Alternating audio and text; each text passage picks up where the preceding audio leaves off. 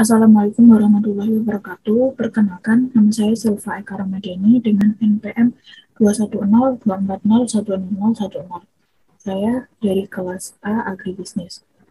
Pada kali ini saya akan menjelaskan tentang sistem pertanian terintegrasi atau biasa disebut dengan simantri.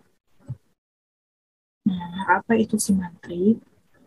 Secara teknis, simantri merupakan kegiatan integrasi pertanian dalam arti luas yang diintroduksikan pada usaha tanaman pangan, palawija dan hortikultura, peternakan, perkebunan, perikanan, dan tanaman kehutanan pada suatu wilayah atau lokasi kegiatan. Simantri juga sekaligus merupakan pengembangan model percontohan dalam percepatan alih teknologi kepada masyarakat perdesaan yang diakselerasi sebelumnya melalui model primatani. Nah, sistem pertanian terintegrasi ini seperti menggabungkan antara pertanian, perkebunan, peternakan, perikanan di dalam satu lahan secara bersama-sama. Ini adalah contoh dari simantri itu sendiri. Dapat terlihat di situ ada peternakan dan pertanian yang berada di dalam satu lahan. Kemudian komponen simantri yaitu yang pertama yaitu manusia. Kenapa manusia? Karena manusia membutuhkan pangan, keuntungan finansial, dan dapat menggunakan energi panas dan listrik. Yang kedua yaitu lahan. Yang ketiga yaitu tanaman. Karena tanaman bernilai ekonomi dan dapat menyediakan pangan atau pakan. Yang ketiga yaitu hewan ternak. Karena hewan ternak merupakan sumber energi yang terdapat daging, susu, telur, dan lain, bahkan kotorannya pun dapat digunakan.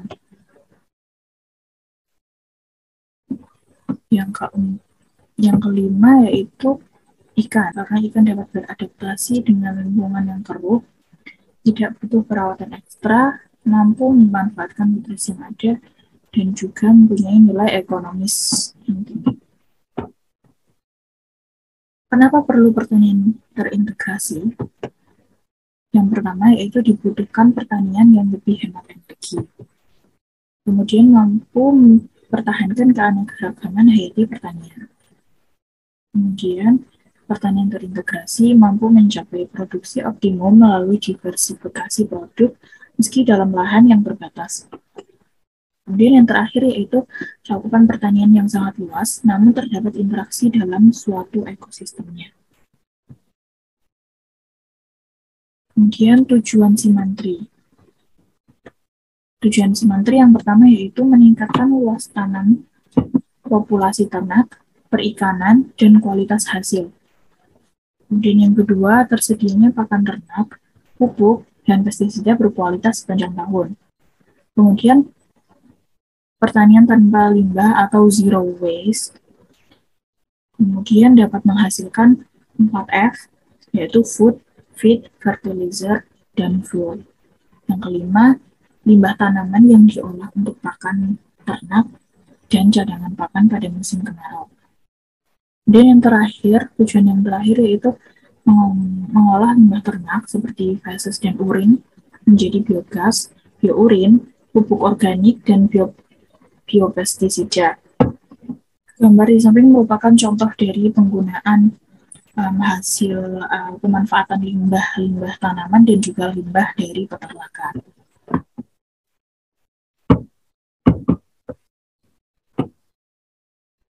Konsep simantri. Simantri mempunyai dua konsep, yaitu diversifikasi usaha tani secara horizontal dan juga diversifikasi usaha tani secara vertikal. Yang pertama yaitu diversifikasi usaha tani secara horizontal, yaitu tumpang sari tanaman pangan, hortikultura, perkebunan, peternakan, perikanan, dan bahkan kehutanan atau agroforestry. Kemudian diversifikasi usaha tani secara vertikal. Yang pertama, mengembangkan unit pelayanan sarana produksi dan lembaga keuangan mikro. Yang kedua, melaksanakan intensifikasi dan ekstensifikasi usaha tani. Yang ketiga, kegiatan pengolahan dan pemasaran hasil. Yang keempat, pengolahan atau pemanfaatan hasil ikutan seperti biourin, biogas, kompos, pakan, bioarang, asap cair, jamur, lebah madu, susu, sabun dari susu, dan lain-lainnya.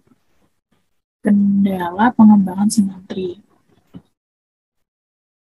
Kendala yang pertama yaitu sebagian pengkadas membawa pulang sapi simantri ke kandang masing-masing, yang menyebabkan limbah ternak tidak dapat terpusat di kandang koloni dalam jumlah yang banyak.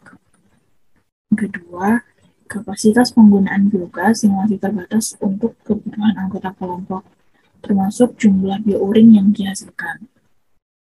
Yang ketiga, permasalahan status lahan untuk kandang koloni yang ditemui di beberapa lokasi simantri. Kemudian yang terakhir, terdapat beberapa alat dan sarana yang tidak dapat difungsikan karena rusak. Kemudian keuntungan dari simantri. Yang pertama yaitu diversifikasi penggunaan sumber daya produksi, mengurangi terjadinya risiko usaha, efisiensi penggunaan tenaga kerja, efisiensi penggunaan input produksi, mengurangi ketergantungan energi kimia dan biologi serta masukan sumber daya lainnya, sistem ekologi lebih lestari serta tidak menimbulkan polusi sehingga ramah lingkungan, meningkatkan output, kemudian mampu mengembangkan rumah tangga petani yang berkelanjutan. Contoh penerapan sistem pertanian terintegrasi. Nah, contohnya itu seperti penggabungan beternak sapi dan budidaya jagung. Dengan kegiatan pemanfaatan kotoran sapi menjadi pupuk organik dengan metode vermicomposting dan produksi biogas. Hasil dari proses vermicomposting tersebut adalah pupuk organik ramah lingkungan yang dikenal dengan racing atau bekas cacing. Selanjutnya, bekas cacing tersebut digunakan untuk memenuhi kebutuhan pupuk dalam bertani jagung dan sayuran lainnya. Jagung muda yang dihasilkan dapat dijual ke pasar, sedangkan kebun jagung dapat digunakan sebagai sumber pakan hijauan setelah melewati proses fermentasi menjadi silase jagung. Jerami padi yang berasal dari hasil panen juga dapat dimanfaatkan untuk pakan ternak. Kualitas dari jerami dapat ditingkatkan melalui teknologi fermentasi dan amoniasi. Selain itu, lumpur dari reaktor biogas atau bioslurry dan urin sapi yang telah diberi bioactivator dapat digunakan sebagai pupuk cair yang mengandung kadar nitrogen cukup tinggi.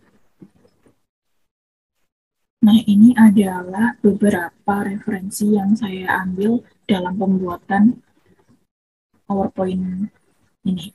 Sekian penjelasan yang dapat saya sampaikan. Jika ada salah dalam perkataan, mohon maaf. Terima kasih. Wassalamualaikum warahmatullahi wabarakatuh.